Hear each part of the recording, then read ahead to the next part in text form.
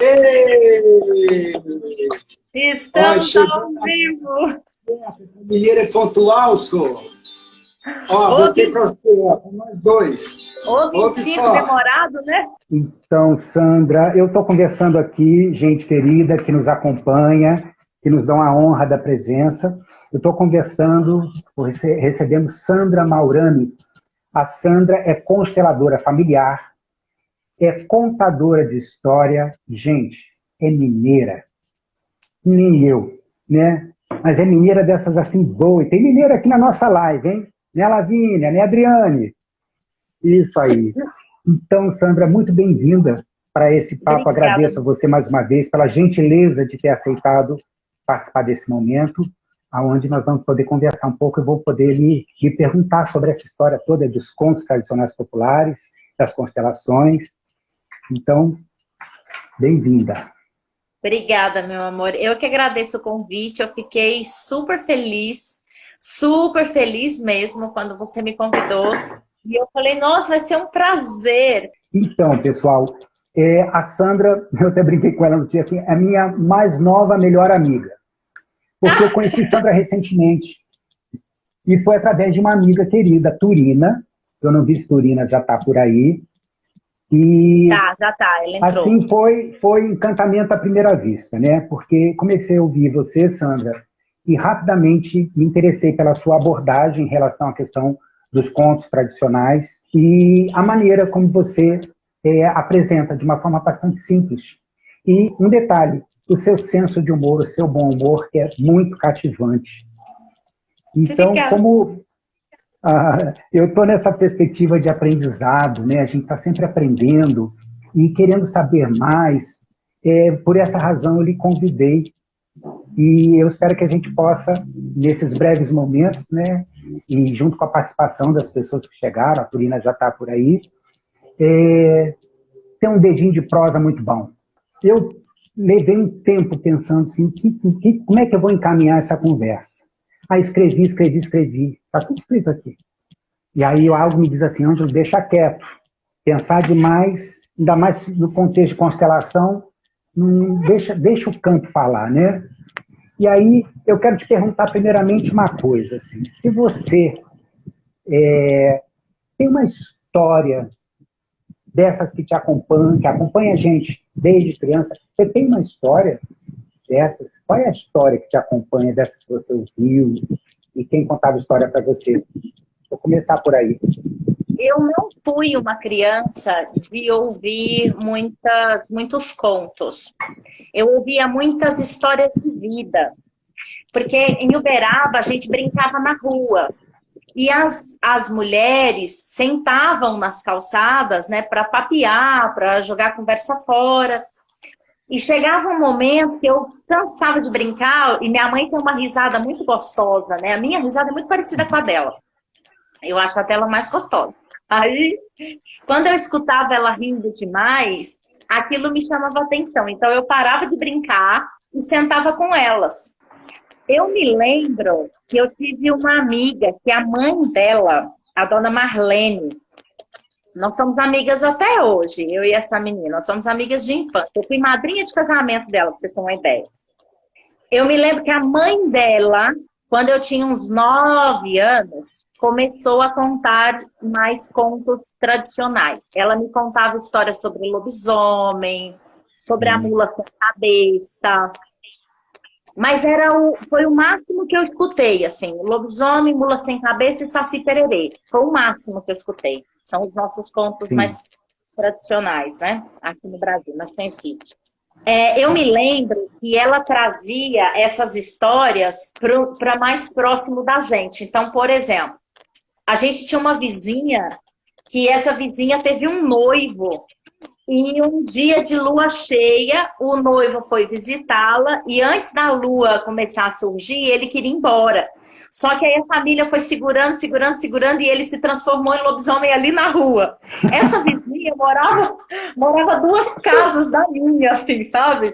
Então eram personagens muito próximos. Ela trazia esses personagens para muito próximos da gente, né?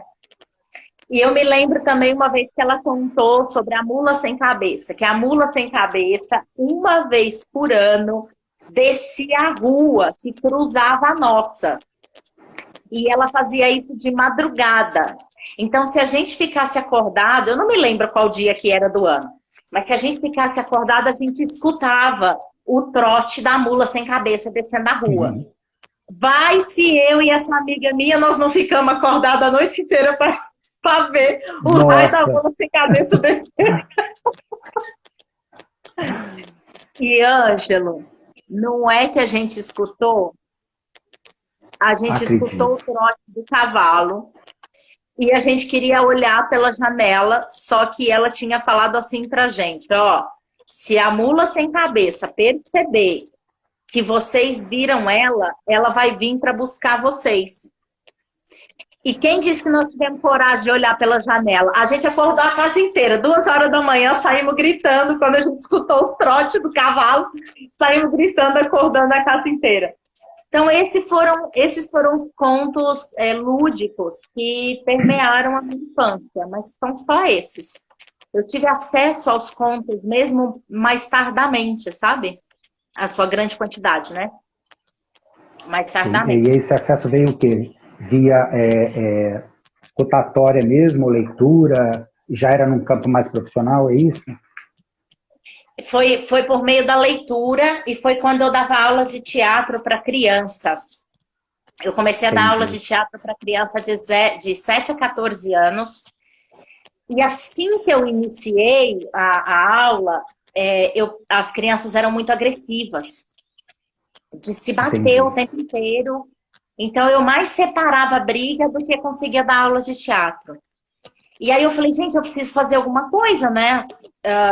Como é que eu vou dar aula de teatro para essas crianças? Eu preciso fazer alguma coisa. E eu achei um mestrado que dizia que os contos de fadas, especificamente os contos de fadas, ajudavam as crianças a mudarem os seus comportamentos, a resolverem conflitos internos, a compreenderem situações vividas dentro de casa, com os familiares, perdas, né, de pai, de mãe. E aí eu falei, não estou dando conta de dar aula de teatro, eu vou contar contos de fada para essas crianças. E eu comecei a contar. Foi aí que eu tive acesso a contos de fadas. E, Ângelo, com 2 semanas contando história para essas crianças, o comportamento delas começaram a mudar. Elas foram... É interessante, um processo... Pode falar. Um processo, você está falando de mudança nelas, mas algo que também era, de certa maneira, inaugural em você. Imagino que essa mudança também estivesse processando em você. Né? Foi uma experiência muito nova, porque eu fazia teatro e eu já tinha tido acesso à linguagem narrativa no teatro, só que o teatro é um outro lugar, né? Você tem luz, você tem cenário, você tem uma separação do público com você. Então, é uma outra forma de narrar. E quando eu comecei a narrar a história para essas crianças, foi um fluxo diferente. Porque não havia a artista, né, em seu campo, em seu palco, e o público distante. Não havia, era contado em sala de aula, com as paredes descascadas, não tinha luz, a gente sentava tudo no chão. E ali eu fui percebendo um fluxo mesmo, eu não consigo expressar de outra forma. Algo que passava por mim, diferente de tudo que eu havia experimentado. E aí aquilo foi me fazendo entrar em contato com o que eu vivia na infância. Quando eu sentava com aquelas mulheres e ouvia as histórias, dava palpite. Eu dava muito palpite quando eu era criança. Quer dizer, você estava agora num outro lugar, mas revivendo de alguma forma algo de uma experiência bem inicial sua lá na infância, né? Era um gerador de fluxo vibracional, algo vibrava ali, sabe? E a partir daí eu me apaixonei pelas contações de histórias e continuei dando aula de teatro contando histórias, porque aí eu pensei, bom, Agora eu estou vendo a tolerância ganhar espaço na sala, eu estou vendo a escuta ganhar espaço entre nós, então agora é possível dar aula de teatro. Só que eu passei a dar aula de teatro contando histórias, foi o recurso que eu encontrei ali, né? E eu tinha um grupo de teatro em Ribeirão Preto que elas não tinham muito interesse com as histórias. Então, quando eu cheguei em São Paulo, foi que eu comecei a trabalhar profissionalmente com as histórias. Com as contações. Entendi. Ô, Sandra, eu não sei aqui, né, nós temos amigos e pessoas que chegaram para o nosso encontro, eu não sei até que ponto as pessoas todas conhecem, ou já ouviram falar em constelação familiar, né? Nós dois, como consteladores, trabalhamos com essa técnica, uma abordagem criada por Bert Hellinger, né? Que especialmente a partir dos anos 1980 foi ganhando cada vez mais dimensão e expressão e se propagando pelo mundo, né? E nos alcançou, nós nos apaixonamos por isso, né? E aí, quando a gente fala em constelação, a gente convidou as pessoas, né, para o nosso encontro, falando sobre a questão da visão sistêmica nos contos de tradição oral, e você começa trazendo aí a história da mula sem cabeça, como isso mexeu com você, né, lá na infância, e depois você se torna uma contadora de histórias para crianças, e na medida que você foi falando, vai criando uma espécie de uma atmosfera, um campo, pelo menos na minha percepção, foi assim que eu fui vendo, até porque faz sentido para mim bastante. O que eu quero te perguntar um pouco assim, quando a gente fala de visão sistêmica no âmbito da constelação, como é que você compreende isso? Como é que a gente pode situar isso para as pessoas que estão aqui presentes? Esse entendimento, o que é o sistêmico nesse entendimento das constelações? Como você é isso? Olha, durante muito tempo, conforme eu fui narrando e eu fui passando por experiências fenomenológicas, e foram essas com as contações de histórias, e foram elas que me levaram às constelações, né? Eu percebo, a maneira como eu compreendo é mais ou menos assim. Existe um saber, uma espécie de uma nuvem, igual existe a nuvem de computador, né?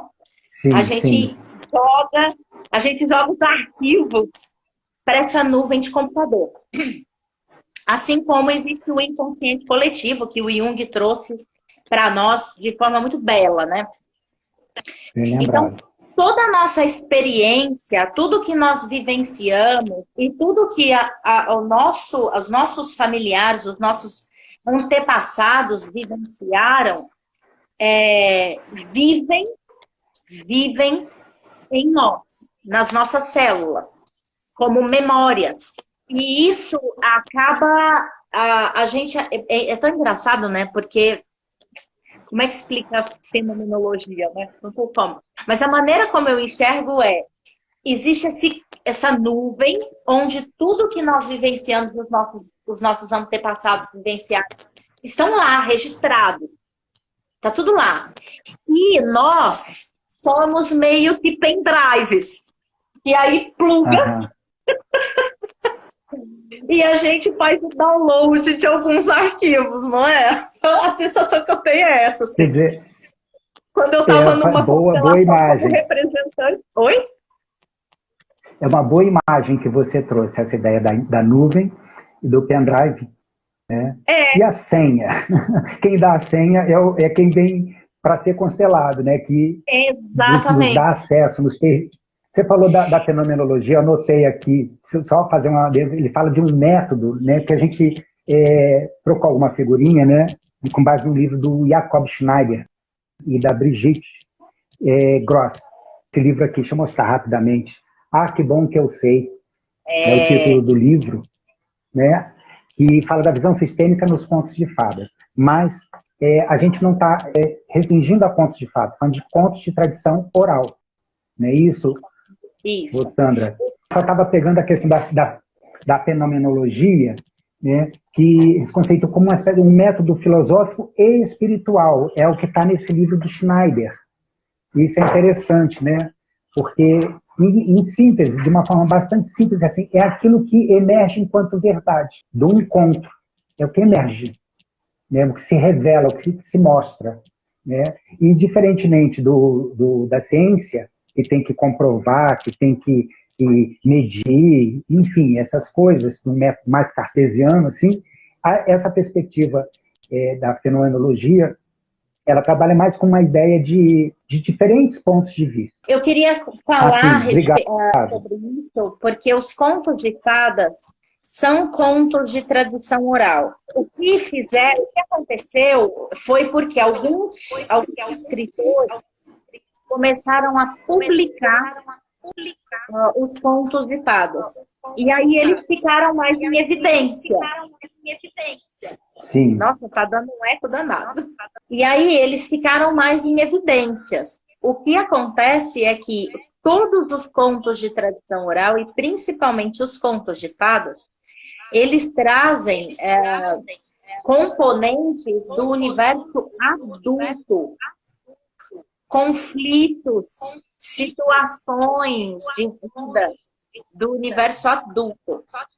Conforme o conceito de infância foi sendo desenvolvido, eles foram adaptados para a infância, e aí veio a Disney e acabaram com eles, né? É verdade. Ô, Sandra, deixa eu te contar. Verdade. Acabaram com os contos. Eu peguei alguns contos que são citados no livro do Schneider, que está dentro da ideia dos contos de fada, e eu fui ler alguns que eu não conhecia e outros eu fui ler. E assim, é bem diferente, né? Bem diferente. Aí eu queria te perguntar uma coisa, assim, né? Nessa perspectiva da constelação familiar, né? Os contos, eles funcionam como uma espécie de um complemento no atendimento da constelação familiar? Eu acredito que sim. Porque, deixa eu complementar, assim, posso falar assim? Porque, assim, no livro do Schneider, ele fala assim que ele trabalhava numa perspectiva, ele foi aluno do Bert Hellinger, estudou com Bert Hellinger, ele e a Brigitte Gross. Então, assim, o Bert Hellinger trabalhava com histórias, não é isso? Muito. E o Schneider também numa perspectiva mais da psicoterapia, mas aos poucos o Bert Hellinger a constelação foi se desenhando e ganhando contornos em que a história foi diminuindo, né? Não deixou de acontecer, mas a constelação, essa perspectiva fenomenológica ganhou mais dimensão. É isso. Como é que você vê isso? Como é que você compreende? Justamente isso. Por que a constelação ganha essa dimensão e a história fica num plano, entre aspas, secundário, mas complementar? Como é que você vê isso? Bom, eu não sei exatamente por que isso aconteceu, mas o que eu percebo é que a própria constelação é uma história. É uma história que está presente. Legal. Então, ali, quando você monta uma constelação, ela tem um começo, um meio e um fim. Né? Então, é uma história que se conta ali. E os contos, eu vejo que eles entram como complemento quando a pessoa fica muito no mental. Ela fica tentando racionalizar, entender mentalmente. Enquanto o processo precisa se dar emocionalmente. E é aí que os contos entram. Mas então você está falando da questão, o conto trabalha uma perspectiva mais mental. A constelação, ela nos permite acessar um campo de informações que vai para além de algo do mental. E nesse sentido é que a história ela pode favorecer esse acesso, é isso? Você vê assim? Isso. Porque, veja, a gente acessa informações. Só que aquela imagem, aquela história que surge, algumas vezes nos toca emocionalmente. E Bert tinha uma frase o dia que eu ouvi ela me tocou bastante, né? O que nós fazemos quando fazemos o trabalho com a alma? Tocamos o coração. Isso é tudo. Isso é tudo. E o que eu vejo muitas vezes é que as constelações elas estão muito pautadas em informações. E para tocar o coração, a informação não chega assim. ela fica numa área que é mental. Eu tenho uma história que eu gosto bastante, que é mais ou menos assim. Foi minha professora de constelação que me contou, a Wilma. Ela falou, teve um cara uma vez que ele queria compreender o processo de andar. Como é que se dava todo o processo muscular, quais eram os músculos que ele movimentava, o que acontecia no cérebro. E ele estudou tanto isso, tanto, que quando ele tinha 20 anos, ele era o maior especialista no mundo sobre como se dava o processo da gente caminhar. E aí ele foi dar uma palestra e recebeu um grande prêmio. E quando abriram a porta para ele, ele entrou numa cadeira de rodas. Ele passou tantos anos tentando compreender que ele deixou de andar. Então ele estava atrofiado. Então eu vejo muitas, eu não estou dizendo que todas as constelações são assim, né? Mas eu vejo que muitas vezes fica num processo muito mental de compreender o que se passa ali, de entender, né, o que se passa ali, ao invés de passar por uma compreensão. Sabe aquela compreensão, Ângelo, que você faz assim, ó? Ah, entendi. E aí, se alguém te pede para você explicar, você fala, cara, não sei explicar. Não sei. Eu só sei que eu entendi. Entendo. É uma compreensão com a alma. Não é uma compreensão racional, mental. E os contos ajudam a gente nesse lugar. Porque eles não passam por esse processo mental. Então, se tem uma constelação, o constelado, o cliente, ele está muito mental, ele está inflexível, você conta uma história para ele, você conta um conto para ele, onde o conflito é parecido, ou um conto que o campo te solicita, mas é na hora. É na hora, ele vai compreender e ele vai fazer o movimento. Entendi. Então, assim, você falou agora que tem a ver com o conflito, então o conto ele tem que ter um contexto, né? Ou seja, tem que ter algum ponto de contato com aquilo que está sendo vivenciado ali. Eu quero te perguntar o seguinte, né? A gente sabe que o Bert Hellinger, ele passou até a coisa da constelação se estruturar efetivamente. Na verdade, ele era um grande estudioso e um homem que vivenciava diferentes abordagens de terapia, não é? Além de ter sido padre no início da vida. E aí o que eu queria... No livro do Schneider, ele fala de uma das terapias que o Bert Hellinger teve contato, o Schneider, era do Eric Berne, da análise transacional, que apresentou o que ele chamava de análise do script. Script é roteiro, né? Você que é de teatro. Né? É uma espécie de roteiro. Ah, roteiro, tá. Okay. Aí o que eu quero entender assim, e conversar com você. A nossa vida, você falou que a vida da gente é praticamente uma história, né? A gente narra com os fatos que a gente vive, é uma história, efetivamente. Né? Aí, quando a gente pensa em ancestralidade, né, em sistema familiar que envolve os nossos pais, nossos tios, primos, avós, bisavós, enfim, as histórias, e quando você falou no início do nosso papo, né, que a gente traz nas nossas células uma série de informações, que envia DNA, enfim, as histórias, as situações que eles viveram, boas e muitas vezes dramáticas, elas nos alcançam. Dito de outra forma, nós somos reféns das histórias dos nossos ancestrais? Eu não acho que nós somos reféns, mas eu acho que nós as trazemos conosco, mas reféns não.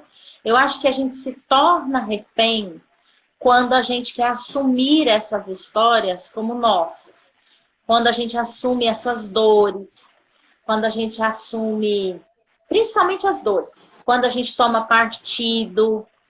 Aí eu acho que nós nos tornamos reféns delas. Não, como se a gente se embolasse com a história do outro.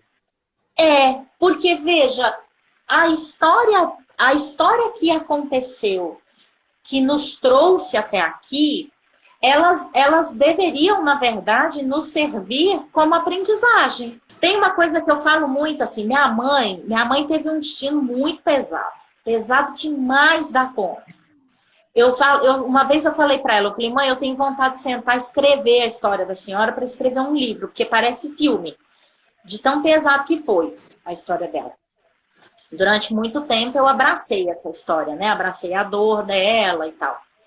Tem que ficar atento para não abraçar ainda, né? Porque de vez em quando se deixar, a gente se pega lá se doendo, né? Por tudo que ela viveu, por tudo que ela passou. Só que chegou um momento, por exemplo, as constelações me ajudaram a perceber o seguinte, que eu devo viver a minha, e eu devo viver a minha até em honra por tudo que ela passou. É mais ou menos assim, eu vou falar um palavrão aqui, tá? Vocês me desculpem. Vou tirar o palavrão, eu vou falar de forma mais dócil. Ela ralou muito o bumbum no asfalto, para eu ficar agarrada ainda nas histórias dela. Então, se ela ralou demais o bumbum no asfalto, eu vou fazer da minha alguma coisa por tudo que ela ralou o bumbum no asfalto, você tá entendendo? E isso, quando a gente abre mão das dores dos nossos antepassados e fala, cara, quando eu descobri a história da minha avó, eu não conhecia a história da minha avó, porque minha avó morreu, minha mãe tinha 2 anos. Minha mãe foi criada pela madrasta. Quando eu descobri a história da minha avó, a minha avó também era mineira, eu descobri isso recentemente. Eu falei, cara, olha o tanto que essa família rodou, deve ter passado cão que o diabo amassou. Eu tenho que ser muito feliz nessa vida. Eu tenho que fazer dessa vida uma vida de muita luz, de muita alegria, sabe? Ao invés de ficar refém. Aí eu acho que a gente fica refém.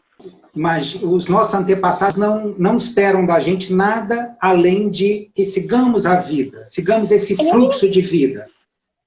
Senão a gente fica que nem aquela passagem da Bíblia, né? Acho que a mulher que vira uma estátua de sal, está fugindo de Sodoma e Gomorra, se não me engano, a mulher de Ló.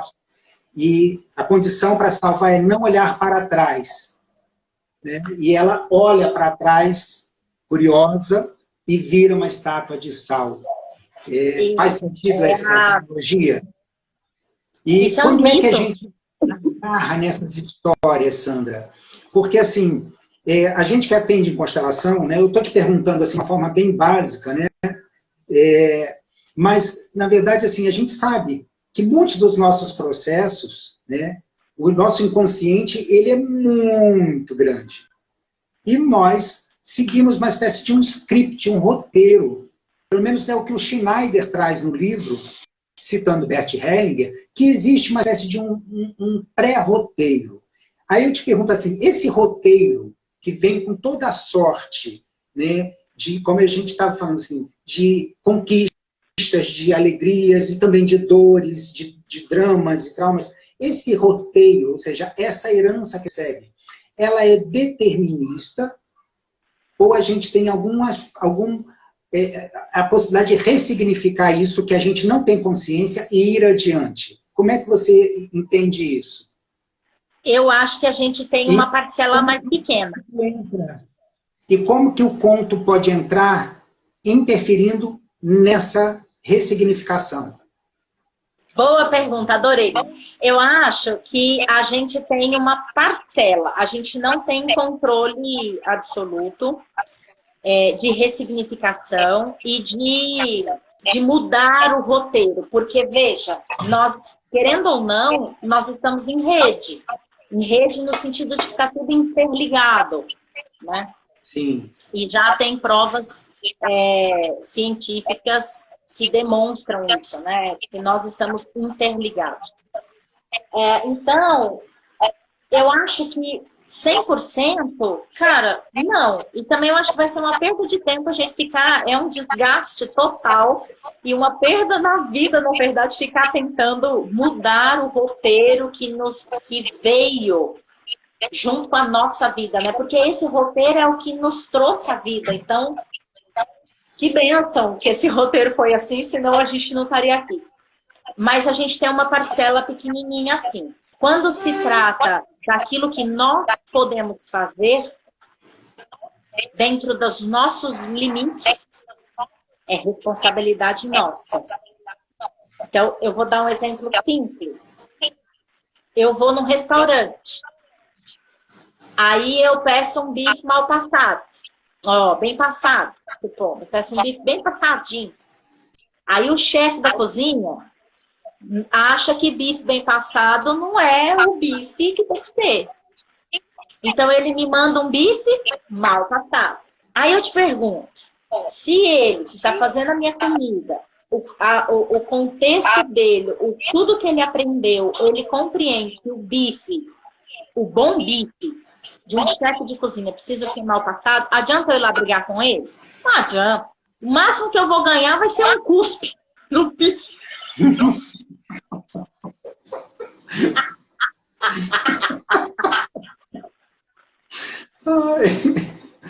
Então o bife chega, o que eu posso fazer? O que eu posso fazer? Dentro do meu tamanho, do meu limite. Não sou eu a cozinheira, ué. Então eu não vou lá brigar, não vou me estressar, não vou estragar minha noite. Esse é o tamanho do nosso livre-arbítrio, né? Penso eu. O nosso livre-arbítrio é desse tamanho. Aí eu como as partes boas, que tá bem passada, e peço pro garçom devolver o bife e falo assim, pede pra ele dar mais uma passadinha. E assim a gente joga. A gente joga de maneira mais leve com a vida, né?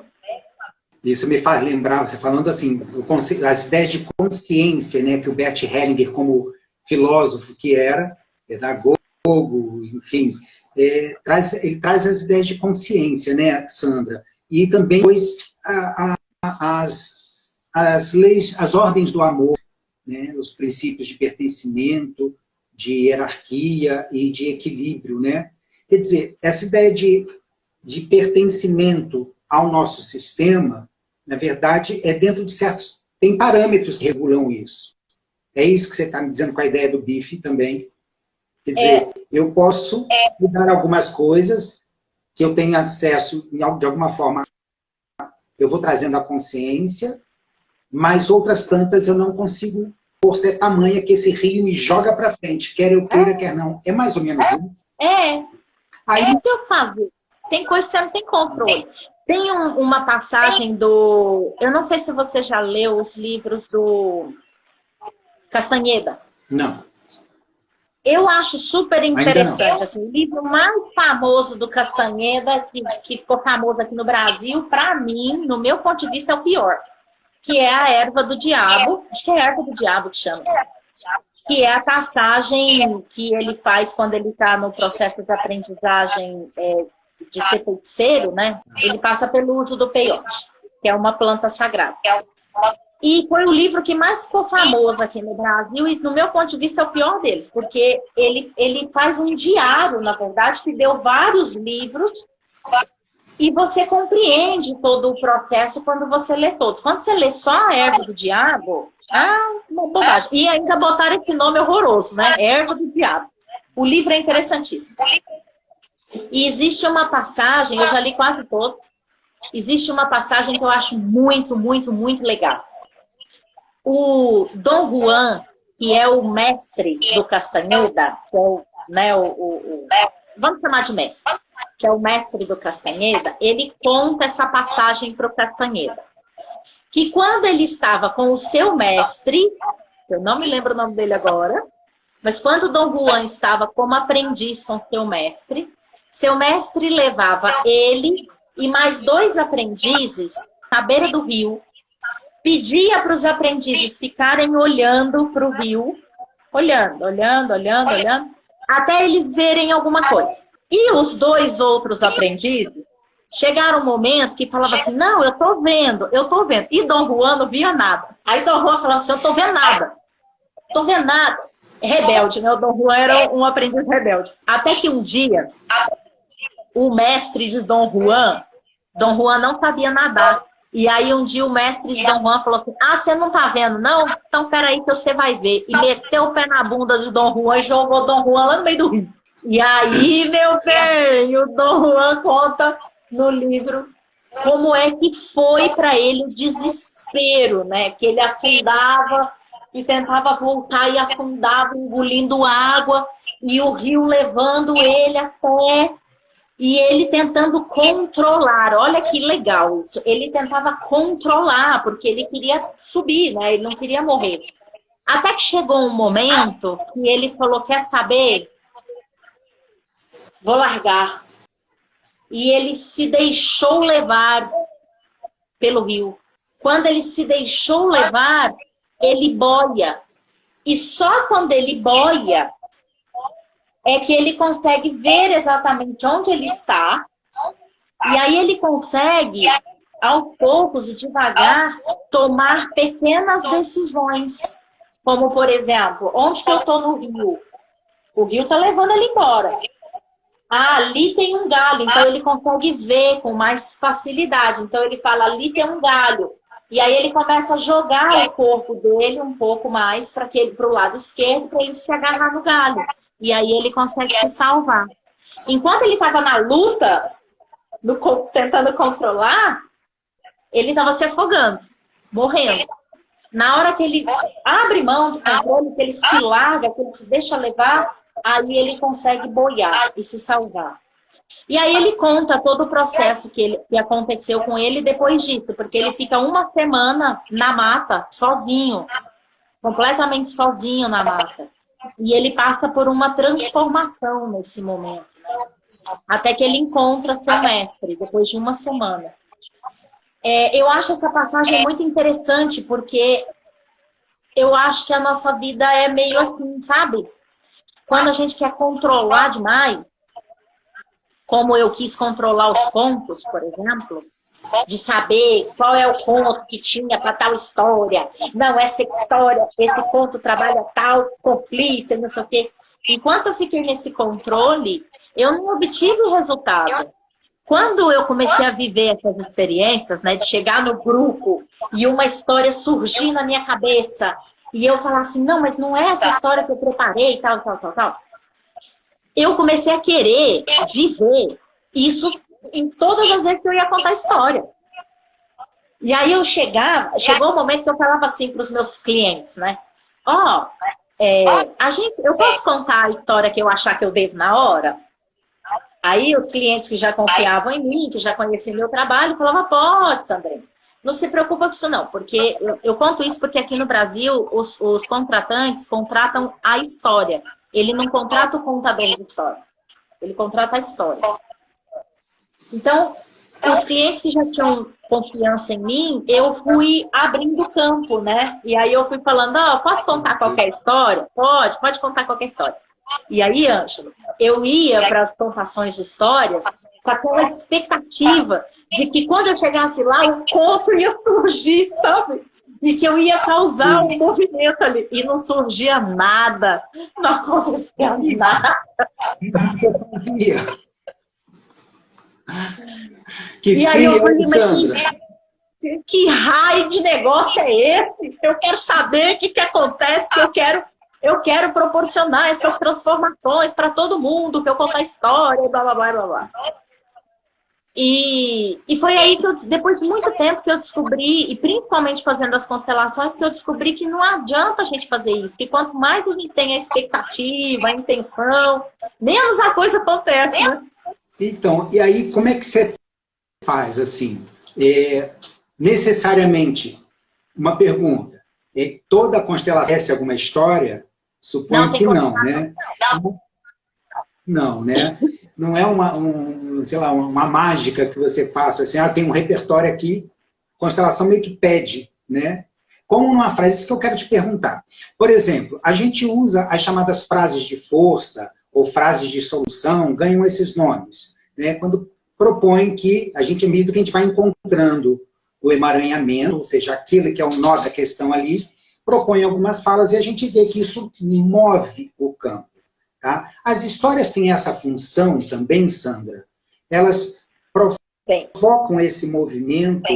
Me explica um pouco, conta pra gente. E eu ainda... Só um minutinho, por favor, está chegando gente. Tá bem. Conversando com Sandra Maurani, e nós estamos falando sobre a visão sistêmica dos contos de tradição oral.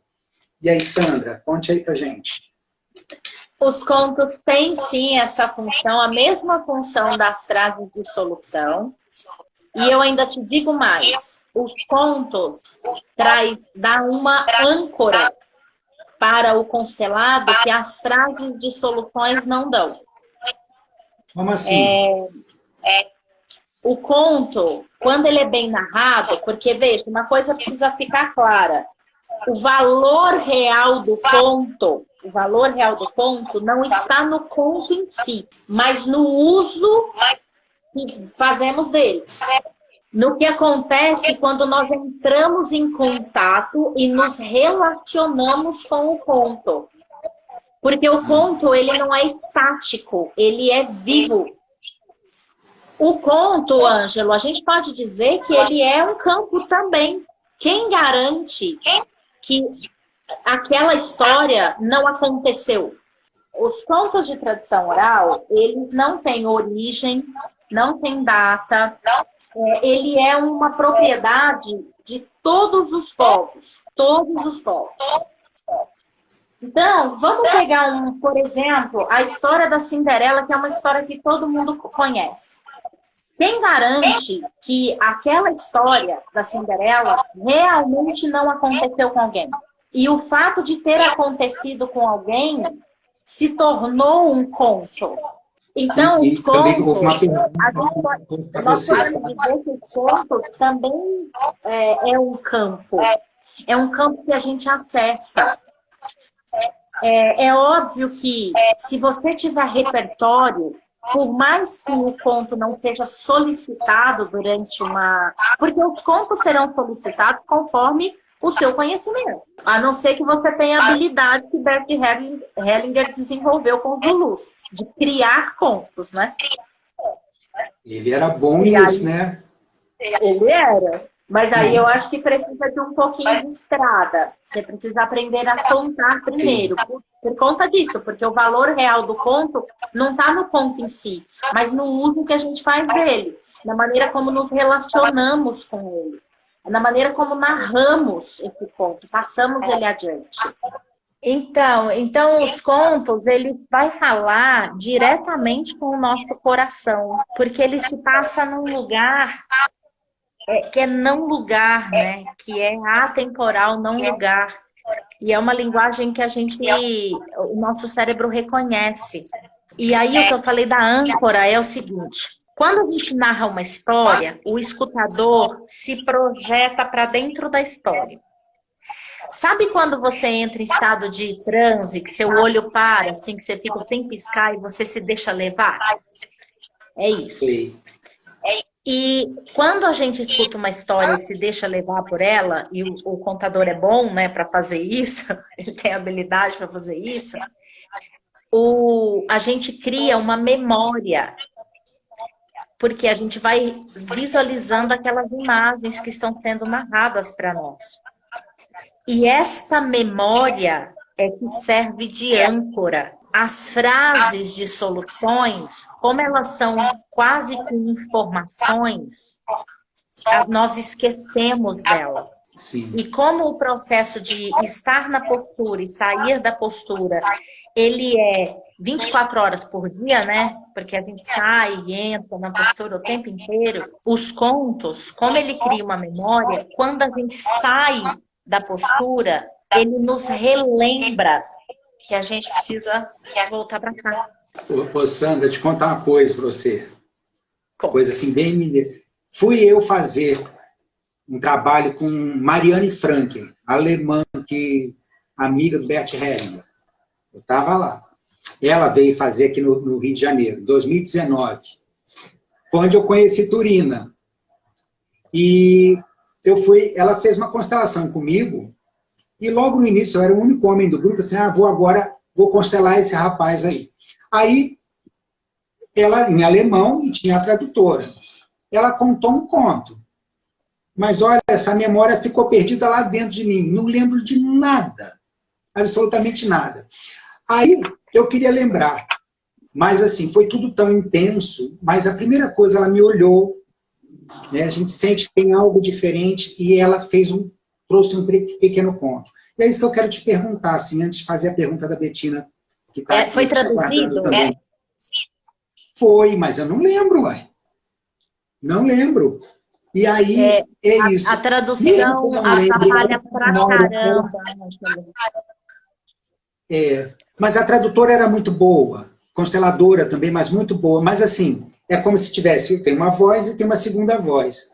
E não ficou absolutamente nada. Aí eu te pergunto, quando eu digo não ficou absolutamente nada, algo pode ter ficado lá no mais íntimo e ter agido, mesmo que eu não tenha essa memória racional, consciente? Com certeza. Com certeza. Você só esqueceu dela na razão. O conto, ele é como uma experiência vivida. E não tem situações da sua vida que você esquece? Tem contos que a gente esquece. Porém, essa situação da sua vida que você esqueceu não significa necessariamente que ela não está em você.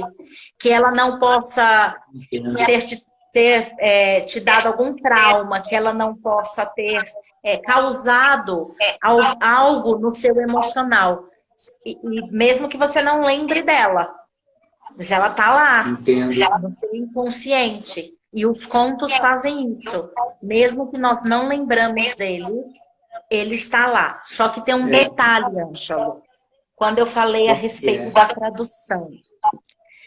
A tradução, ela atrapalha um pouco, porque você faz um processo de...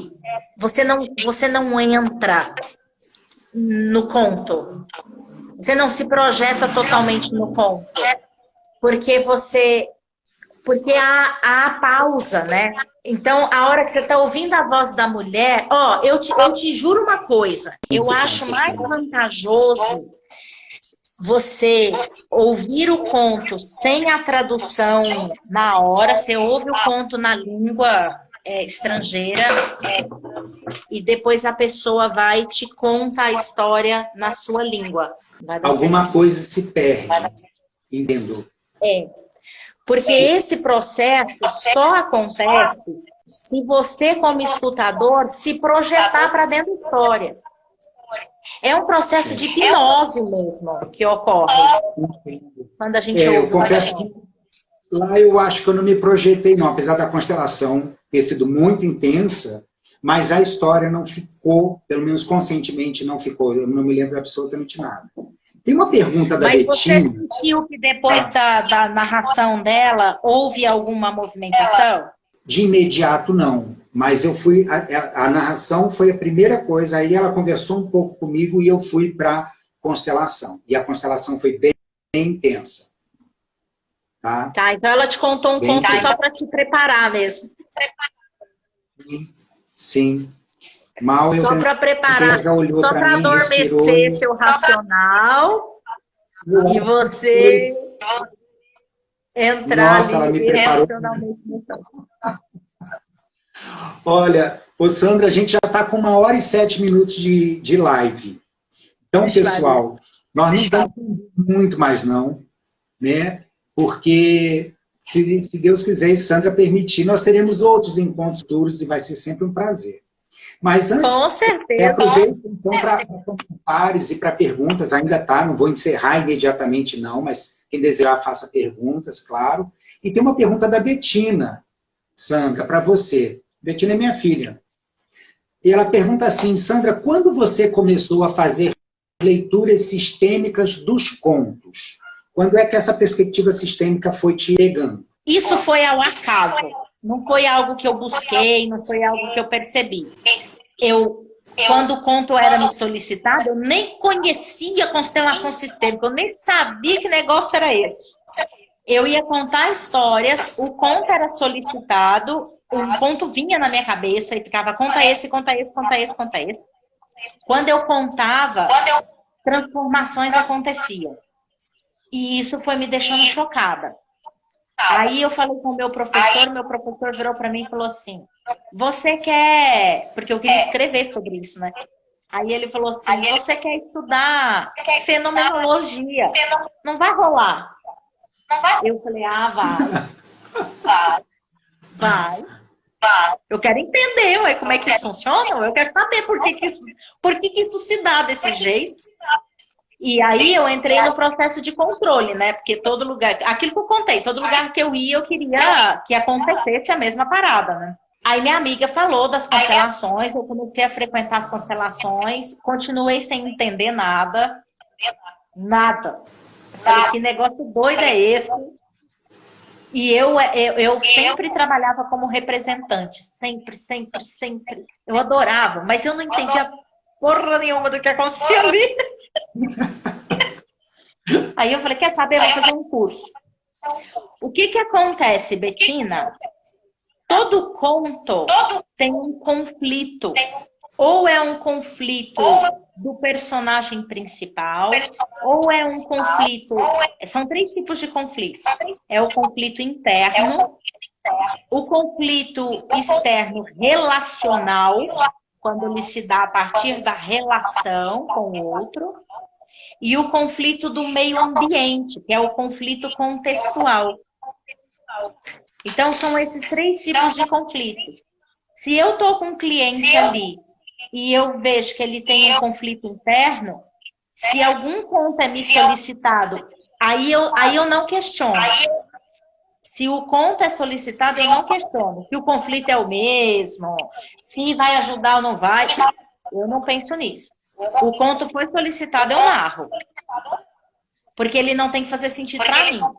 Só que, se o cliente está muito inflexível, está lá muito no mental, querendo entender todo o processo, eu já identifiquei o conflito dele, se é um conflito interno, relacional. Aí, meu bem, eu escolho um conto e narro 1, narro 2, narro 3, até ele adormecer.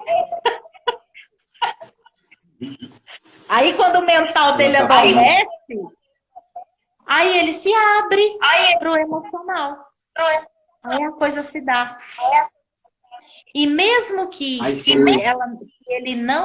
o movimento não acontecer na hora, como o conto fica registrado na memória dele como um acontecimento, como se fosse uma experiência dele, esse conto permanece com ele durante muito tempo.